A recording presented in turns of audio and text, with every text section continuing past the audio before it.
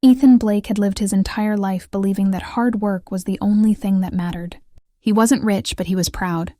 He worked as a high school history teacher, lived in a small apartment, and drove an old but reliable car. Life wasn't glamorous, yet it was stable. He was the kind of man who refused to ask for help, even when he struggled. His family, especially his mother, Victoria Blake, had always told him that money didn't come easy, that the Blakes had fallen from wealth long ago. He grew up hearing stories of how his grandfather, Charles Blake, had lost most of the family fortune, and that they were all just trying to survive. But that belief shattered one quiet afternoon. Ethan was visiting his grandfather, as he did every few months. The old man lived in a sprawling estate on the edge of town, surrounded by tall oak trees and silence. Charles Blake was a man of quiet power, elegant, well-spoken, and intimidating even in his 80s. His eyes were sharp, his words carefully measured. Ethan always respected him, maybe even feared him a little. That day they sat in the study, a large room filled with the scent of old books and leather. The afternoon sun poured through the windows, lighting up the dust in the air. Charles was sipping tea, his cane resting by his chair. He looked at Ethan with a faint smile and said something that would change everything. "So," his grandfather began casually, "how are you spending your $3.4 million trust fund?" The question hit Ethan like a punch. He blinked, unsure if he had heard correctly. "What fund?" Charles frowned. "The trust fund I set up for you when you turned 10. I thought your mother told you." Ethan felt the air leave his chest. "No, she didn't. I've never heard about it." The old man's expression darkened. "That's impossible. The fund was meant for you to access at 25. You're 30 now. It should have been under your control for 5 years. Ethan's hands trembled. His mind raced through memories, every moment when he had struggled to pay rent, every time he had asked his mother for small loans, every moment of guilt for being financially irresponsible. Now, all of it seemed like a cruel joke. He left his grandfather's house in a daze, driving home with shaking hands. His heart pounded so hard it hurt. The words, $3.4 million trust fund, repeated in his head like an echo. He parked in front of his apartment and just sat there, staring at the steering wheel, numb. That night, Ethan searched through everything, his old emails, legal papers, tax records. He even went through the old file boxes his mother had given him years ago, marked college stuff and documents. For hours, he dug through papers until he found a small folder stamped with his grandfather's estate logo. Inside were copies of trust documents, his name clearly printed as the beneficiary. But the trustee's name froze his blood. Victoria Blake, his mother. The signature on the bottom confirmed it. She had been the trustee all along, managing the fund on his behalf. And from what the papers showed, the money had been withdrawn, piece by piece, over the last 15 years. Ethan dropped the papers and sat in silence. The betrayal was so heavy it felt unreal. All those years he had believed his mother's stories, the unpaid bills, the warnings about being responsible, the lectures about how life isn't fair. All lies. She had taken everything that was meant for him and used it without ever telling him the truth. He remembered growing up in a middle-class neighborhood, watching his mother buy expensive clothes and say they were on sale. He remembered her insisting they couldn't afford vacations, yet always managing to host glamorous dinner parties for her friends. He had never questioned it. She was his mother. He trusted her completely. Now, that trust felt like a wound. Ethan didn't sleep that night. By morning, he felt like a different person, quieter, colder. He needed answers. He called his grandfather, but Charles didn't answer. Maybe the old man already knew what had happened. Maybe that question at lunch wasn't innocent. Maybe it was a test. The next day, Ethan drove to his mother's house. She lived in a white 2-story home in the suburbs, the kind with perfect hedges and spotless windows. When she opened the door, she looked surprised but delighted to see him. "Ethan, you didn't call. What a nice surprise," he forced a smile. "Can we talk?" She led him to the living room, where everything looked expensive. The new furniture, the designer vase, the chandelier she once claimed was a gift from a friend. He sat across from her and took a deep breath, Grandpa asked me about a trust fund yesterday. Her smile froze. It was only for a second, but Ethan caught it, that tiny flicker of panic in her eyes. "Oh, that old thing," she said lightly, waving her hand. "It wasn't much. I used some of it for your schooling and living expenses. You know how hard things were." Ethan stared at her. $3.4 million, Mom. That's not some of it. That's everything. Her tone turned sharp. "Don't raise your voice at me. You think life is simple? That money didn't just sit there waiting for you. I used it for the family. It's for both of us." Ethan clenched his fists. "For both of us? You live in a house I could never afford. You drive a new car every year. I've been working 2 jobs to stay afloat, and you never said a word." Victoria looked away, her voice softer now. "You wouldn't understand. You were too young. You didn't see how hard it was after your father died. That money kept us alive." He felt a surge of bitterness. "You mean it kept you comfortable?" She didn't answer. The silence between them was heavy, filled with years of unspoken resentment. Ethan stood up and looked around the room. The art, the jewelry, the polished surfaces. Every inch of it was built on lies. When he walked out, she didn't try to stop him. Outside, the cold wind hit his face, but he barely felt it. He sat in his car, gripping the steering wheel, his thoughts racing. He could report her. He could go to the police, take her to court, expose everything. The idea of revenge burned inside him, a flame he couldn't ignore. But another thought crept in. Shame. How could a mother do this to her son? How could he have been so blind? He thought about the nights he'd skipped meals to save money, the extra shifts he'd taken just to afford books, the time his mother had scolded him for asking for help. And all along, she'd had millions tucked away. When Ethan finally got home, he sat in the dark for hours, staring at the wall. The anger didn't fade. It hardened. He felt something break inside, something that used to trust, used to forgive. Now, only the desire for justice remained. Over the next few days, Ethan started researching everything he could about the trust. He called lawyers, checked bank records, and found a trail of transfers linking the fund to his mother's personal accounts. Every transaction was a new betrayal. She hadn't just stolen. She'd built her entire life out of his future. His phone rang one evening. It was his grandfather. "I take it you found out," Charles said quietly. Ethan swallowed hard. "You knew?" "I suspected. I wanted to see if you'd uncover it yourself." The old man's tone was grave. "Son, what your mother did was wrong. But be careful. Revenge has a way of turning you into what you hate."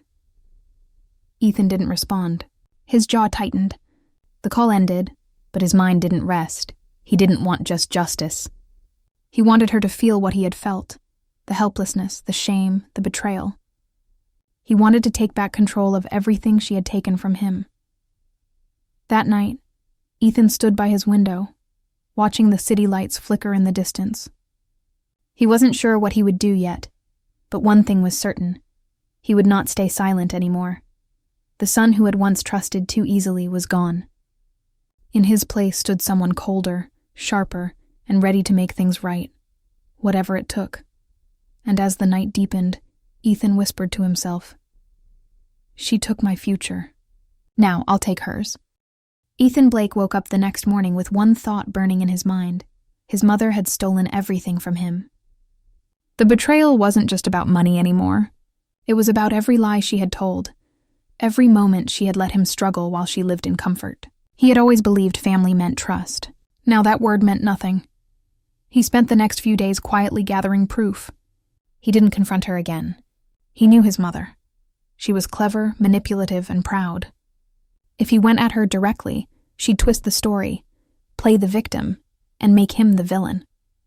So Ethan did what he always did best. He observed, learned, and planned. His first stop was the bank. He asked to see the old trust records. At first, the manager refused to give details, but after some paperwork and the involvement of his grandfather's lawyer, they gave him access. What he saw made his stomach tighten. The fund had been drained slowly over the years, with large transfers to shell accounts and fake charities, all connected to his mother.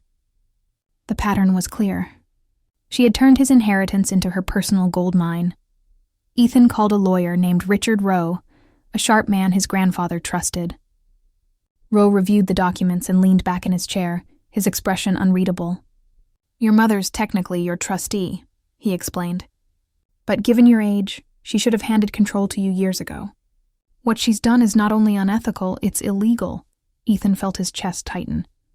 "So I can take her to court?" "Yes," Roe replied. "But be prepared, as she'll fight. She's the kind of person who won't admit guilt even when caught." "Are you sure you want to do this?" Ethan hesitated. That question echoed in his mind long after he left the office. Did he want to ruin his mother? Or did he just want her to understand how much she'd destroyed him? The line between justice and revenge was starting to blur.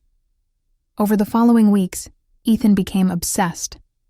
He watched her from a distance. The dinners she hosted, the charity events she attended, the way she laughed with people who had no idea how false she was. Every smile she gave, every word she spoke felt like an insult. He wanted to tear down the image she had built, the elegant, generous woman she pretended to be, and show the world who she really was.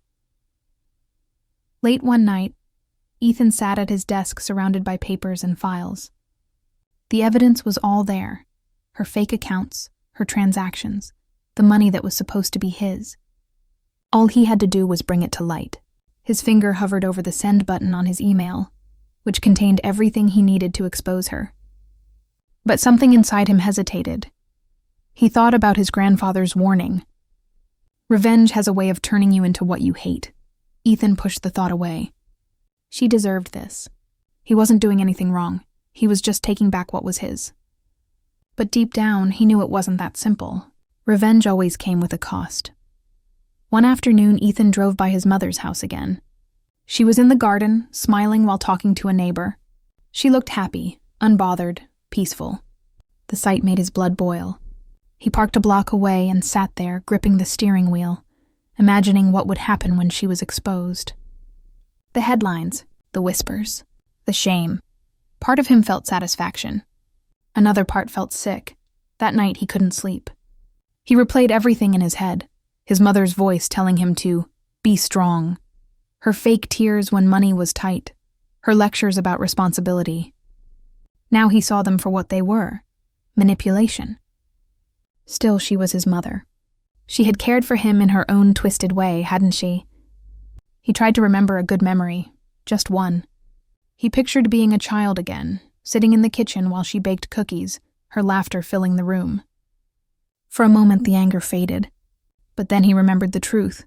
All those happy memories had been paid for with stolen money. His phone buzzed.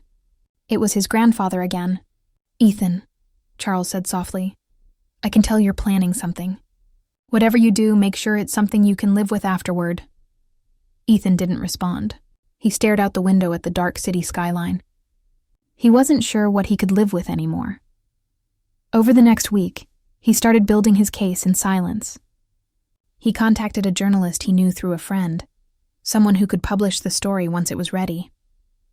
The journalist agreed, impressed by the amount of evidence Ethan had collected. "Once we release this," she said, "there's no going back." "She'll lose everything." Ethan nodded.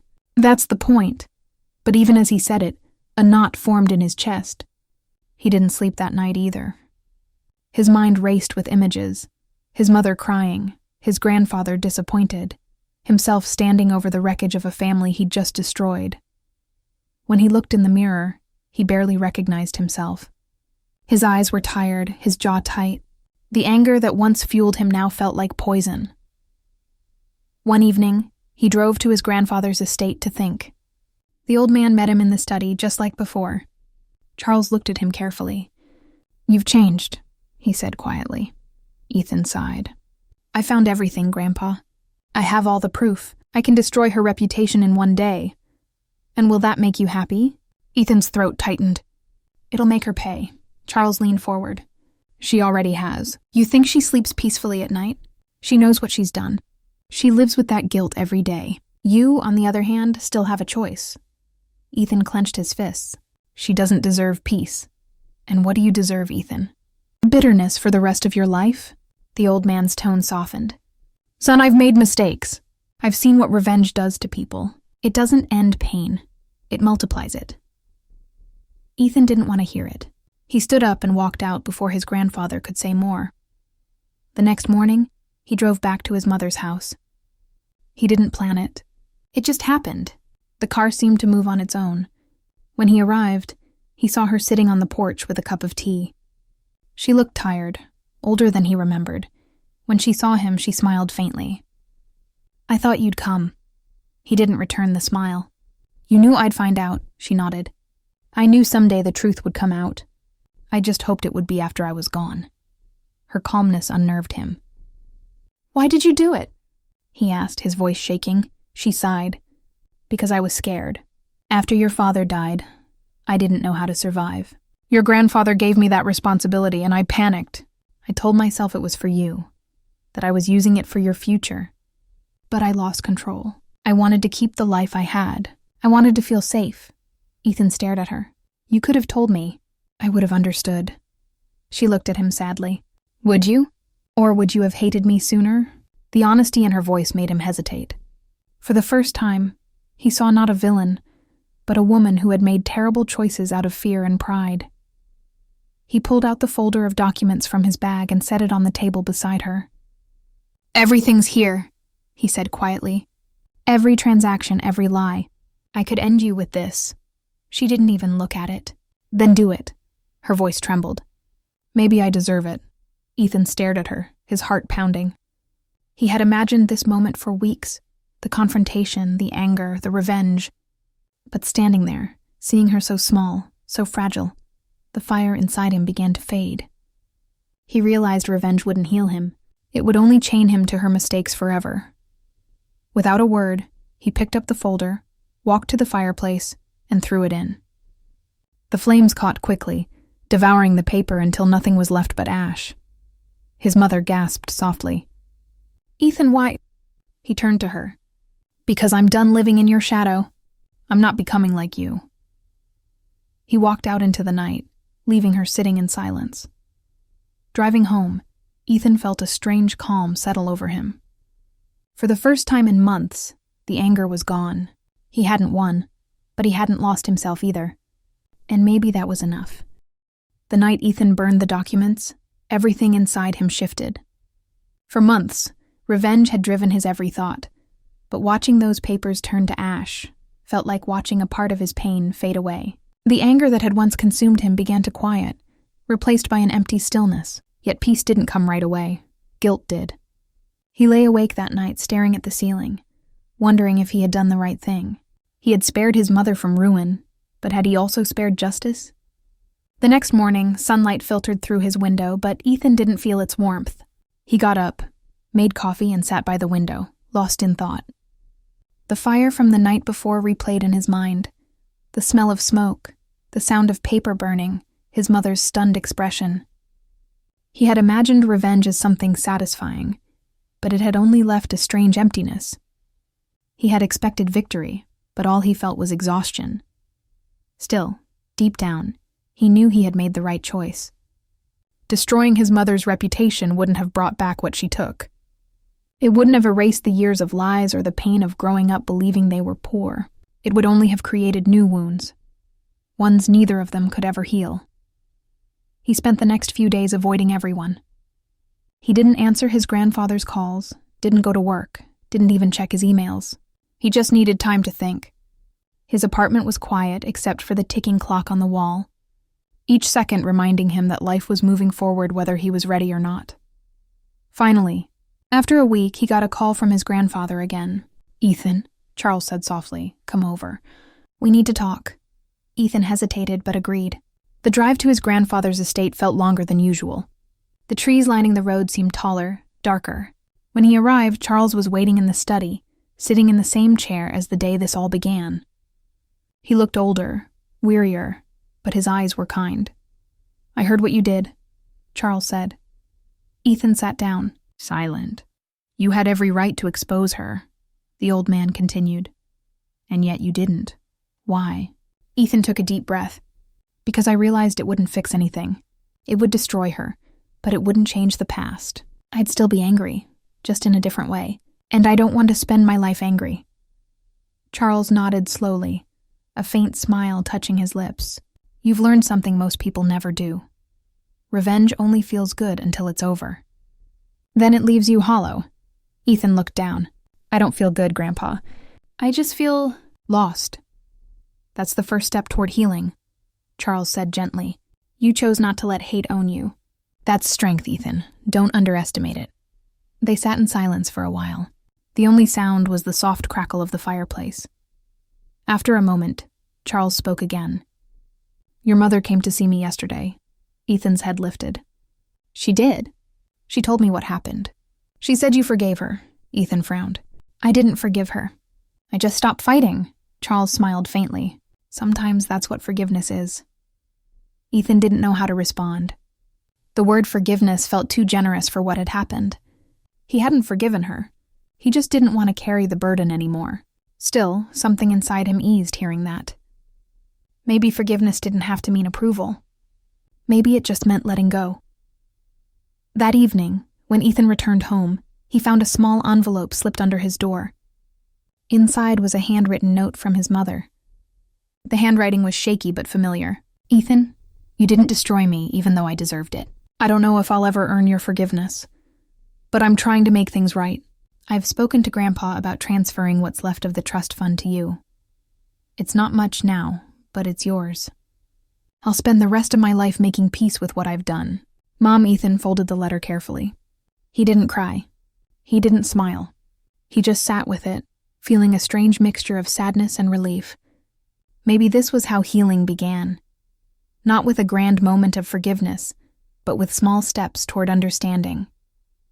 Days turned into weeks. Ethan went back to teaching. The students welcomed him with smiles and stories, and for the first time in months, he felt something close to normal. He focused on his work, on his students, on rebuilding the life that had been overshadowed by betrayal.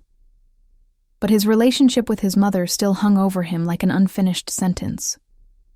He hadn't seen her since that night, and though the anger had cooled, something inside him still needed closure. So one Sunday afternoon, he drove back to her house.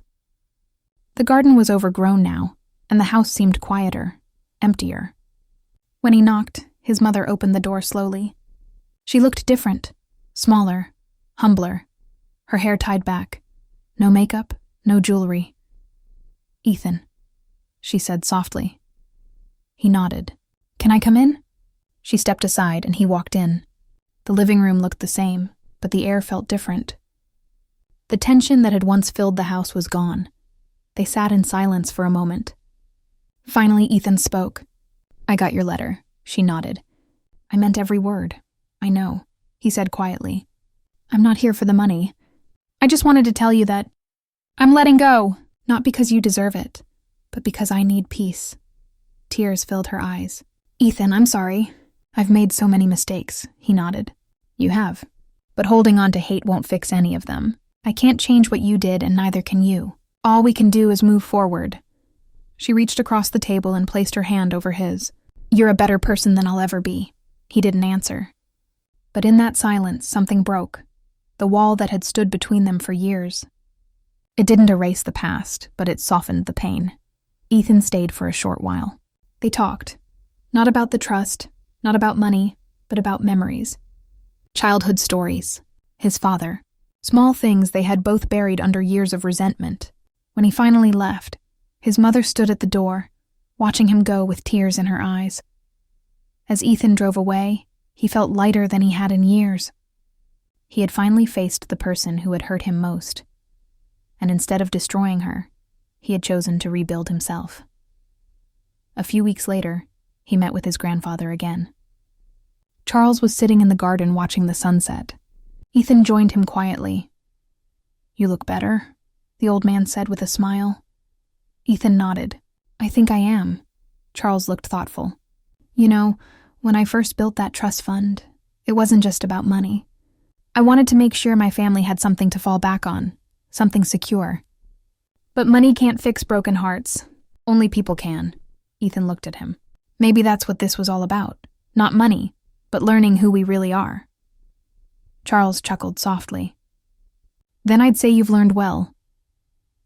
They sat in silence, watching the sky fade from gold to orange to deep blue. Later that night, As Ethan walked back to his car, he realized something important. Forgiveness didn't mean forgetting, and it didn't mean weakness. It meant refusing to let pain define who you become. He had entered this journey angry, betrayed, and ready for revenge. But he was leaving it free from hate, from bitterness, from the chains of the past. As he drove home under the quiet night sky, Ethan thought about everything he had lost and everything he had gained. The trust fund, the money, the lies, none of it mattered anymore. What mattered was peace, the kind that couldn't be bought or stolen. For the first time in a long while, he smiled. Revenge had promised satisfaction, but offered only emptiness. Forgiveness, however imperfect, had given him something better, the strength to move on. And in that moment, Ethan finally understood his grandfather's words. Sometimes, the greatest victory isn't destroying the person who hurt you, it's becoming someone they can no longer break.